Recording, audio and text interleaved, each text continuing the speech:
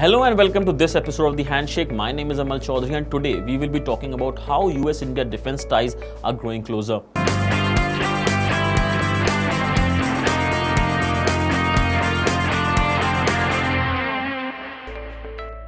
As Indian helicopters touched down this week on the deck of an American warship in the Bay of Bengal, what was billed as a modest military simulation became the latest sign of progress in a growing great power partnership in Asia.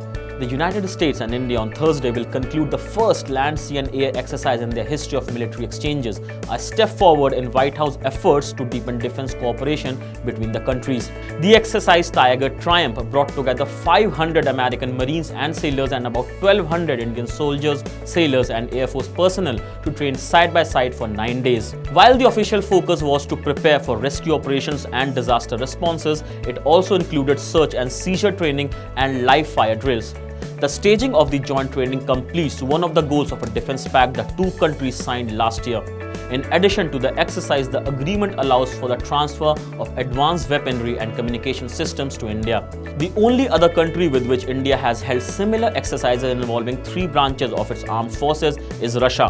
During the Cold War, India was closer to the Soviet Union than to the United States, and much of the Indian arsenal still harkens back to that era. You hear officials say now that the US exercises more with India than any other non-NATO partner, said Alicia Iris, a senior fellow at the Council on Foreign Relations. You would never have imagined that 20 years ago.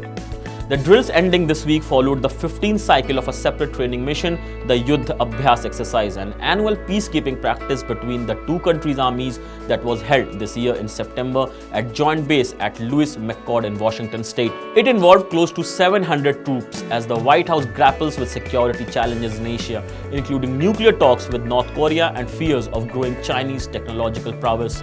Meeting with leaders from the Asia-Pacific region have been a common sight on President Trump's calendar.